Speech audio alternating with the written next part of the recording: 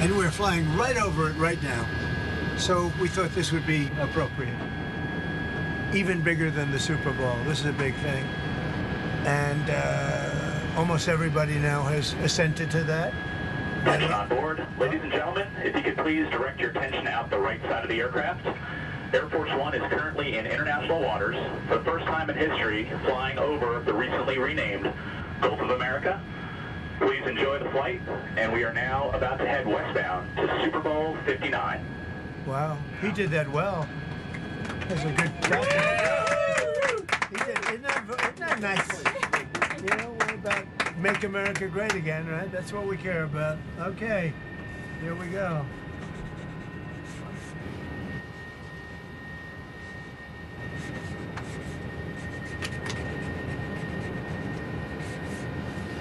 So this is a famous pen now, and we'll put it with something. I'll ask you to do whatever you think we should do with it, Mr. Secretary. Do you want to talk about, you know, Doug, Secretary of the Interior, and also working with Chris Wright on extracting vast amounts of oil and gas and making our country rich? Would you like to say something? Well, with the Gulf of America, this is a historic day. We want to thank President Trump. His executive order is what set this in motion. We signed a secretarial order as Secretary of Interior directing the U.S. Geologic Survey, who is responsible for the database, which is the Geographic Names Informational System. And so just prior to this signing, if you will, the button was pushed. It became official with this proclamation to call today Gulf of America Day. But now it's going out. As we're sitting here right now, our team is calling all the map providers, so Google Maps, Apple Maps, all the map people. That change will take effect this afternoon to Gulf of America. So again, fantastic. Thank you, President Trump, for setting this all in motion with your executive order. It's an exciting, fun day, and great to do this as we're flying over the Gulf of America. We thought it would be very appropriate. We thought it would be appropriate. Kathy, thank you very much for being here. So it's been a very important part of his life. And who knows what would have happened to him without you. It might not have been good. Here you go. Okay. Have you talked to Mexico about this? Actually, interestingly, I've never spoken to him about it. It was our call. And I have not spoken to him about, I've spoken to him about many other things, but I haven't really talked to him about this. They have never brought it up. I'm a little surprised at that, but they've never brought it up. Sir, can you tell us about your conversation with Vladimir Putin? I don't want to do that now. No. We're trying to end that war. It's a war that would have never happened if I were president. It would have never happened. But we're making progress, but I can't tell you. You suffered a couple of court losses, Mr. President, and J.D. Vance said judges aren't allowed to control the executive power. What's your take on that? Well, we're going to see what happens. We have a long way to go, and we're talking about fraud, waste, abuse, and when a president can't look for fraud and waste and abuse, we don't have a country anymore. So we're very disappointed with the judges that would make such a ruling, but we have a long way to go. We have to look, we have to find all of the fraud that's going on. We have tremendous fraud, tremendous waste, and tremendous abuse, and theft, by the way. And the day you're not allowed to look for theft and fraud, etc., then we don't have much of a country. So no judge should frankly be allowed to make that kind of a decision. It's a disgrace. Mr. President, a few years ago, Gulf of America, Canada, Greenland, Gaza, all these are very muscular foreign policy. How does this align with America first? Because it makes us bigger, stronger, and better, and more protective. We need Greenland because of national security, international security, world peace. And we'll have to do that. Canada, we'll see what happens with Canada, but the people of Canada would be paying less than half of the tax. If you look at the tax, they're going to be paying less than half the tax. You know, they don't pay very much for military, and the reason they don't pay much is they assume that we're going to protect them. That's not an assumption they can make, because why are we protecting another country? Now, I love the people of Canada. We have a great relationship. But if they became our 51st state, it would be the greatest thing they could ever do. It would be unbelievable. It would be a cherished state. And think of how beautiful that country would be. without that artificial line running right through it. Somebody drew it many years ago with a ruler, just a line. You look at how beautiful that is, wow, it would be very exciting. But if you look at Canada, it would be cherished as a 51st state. They don't pay their share of military in NATO. They pay very little for military. They're not protected at all. And the reason is they think we're going to protect them. The other thing is we subsidize them to the tune of about $200 billion a year. If we stop doing that, if we stop allowing them to make cars through tariffs and other things, cars, trucks, etc., what they make, they're not viable as a country. So would you agree that it's a more aggressive foreign policy than your first term? And why is that? It's more aggressive. It's better. Why? Because I think I've had a lot of experience. And in my first term, I was fighting everybody because they were very aggressive toward me. I always said survival and taking care of the country, not necessarily in that order. But I had to take care of the country, but I had a bunch of lunatics like Pelosi and all of these people. They fought me, and we won. And, you know, I had a lot of other things that were going on there. This time it's much more, they've lost their confidence. I think they've lost the respect of the American people with, you know, men participating in women's sports, with open borders, with transgender for everybody, for all the things that they're doing is so bad. When you allow people to empty their jails into your country with prisoners, killers, their mental institutions and insane asylums into our country, this is what they're doing. When you allow gang members from Venezuela, but many other countries coming into our country, we're getting them all out now.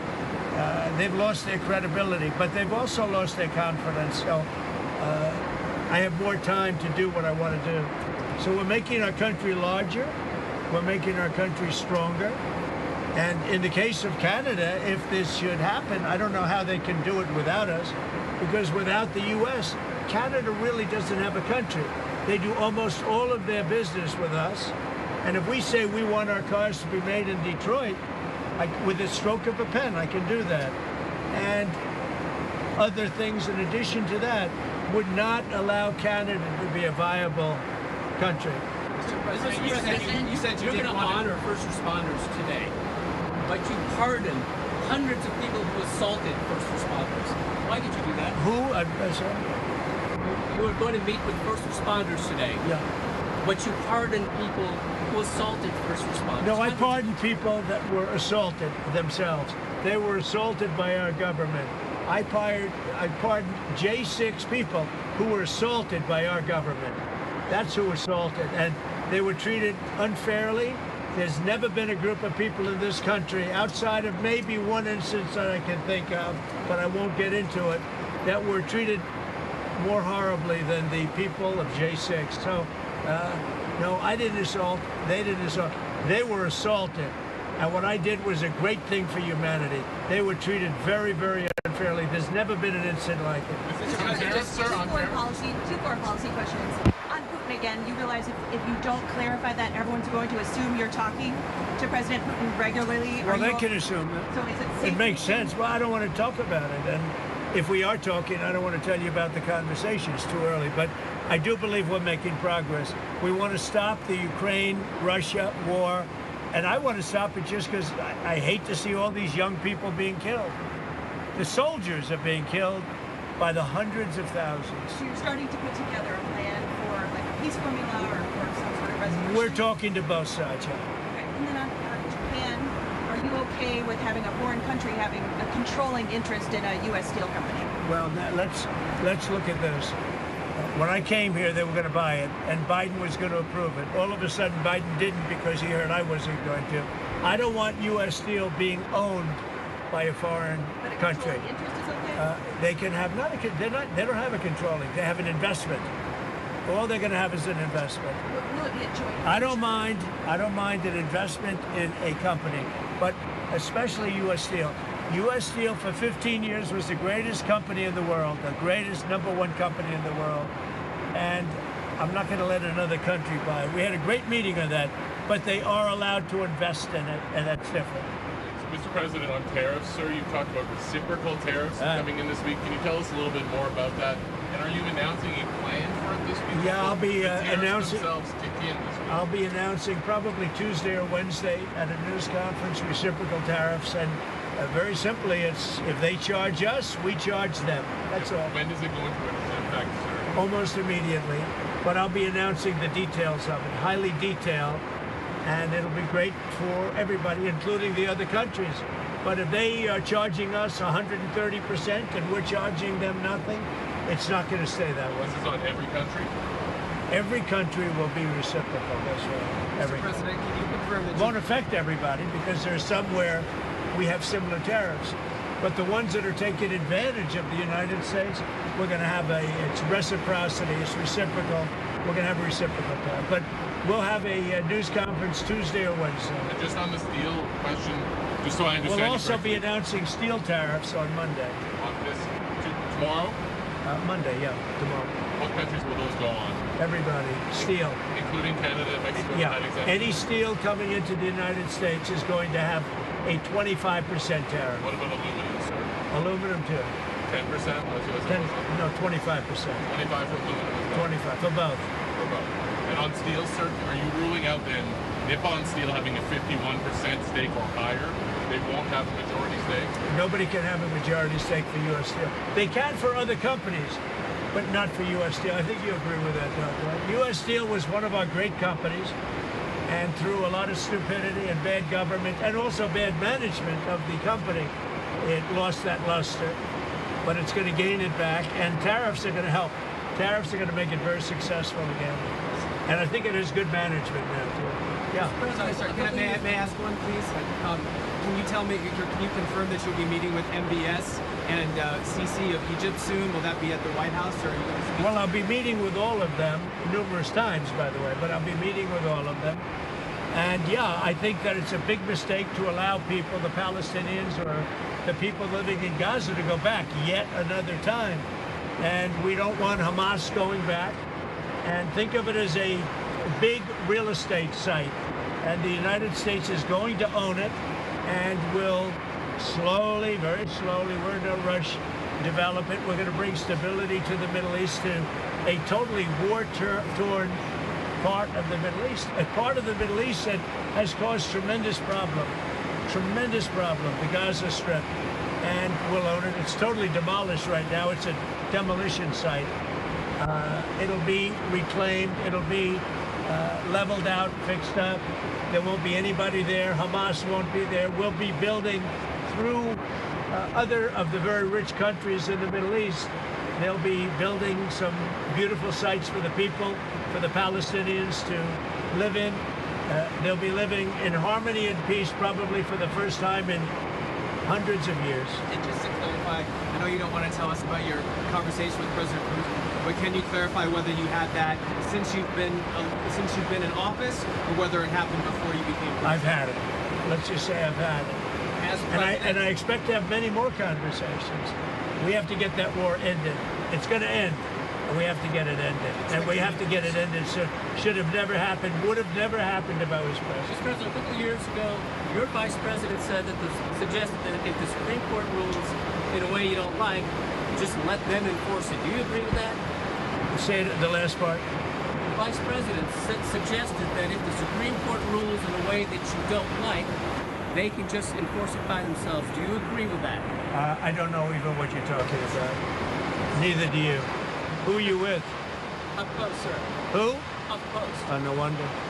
I thought they died. Are they still around? I haven't read them in years. I thought they died.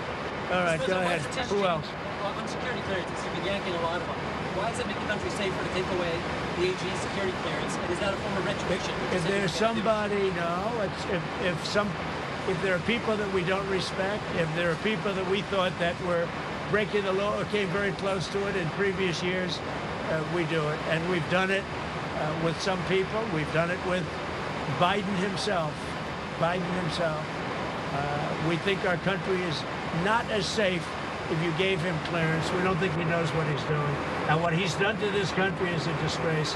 And what he's done in terms of allowing criminals, murderers, drug lords into our country, people from mental institutions into our country, He should be ashamed of himself. Is that a legally valid reason? On deportations, there's been some reporting that you've been upset that there haven't been more deportations. Can you clarify that? I think they're doing an incredible job. It's very tough. Deportations, finding murderers is not easy. Some of them are actually very smart. They shouldn't be in our country. There wouldn't have been. We had beautiful, we just set records for closure. We have the strongest border we've had in many years, since my term.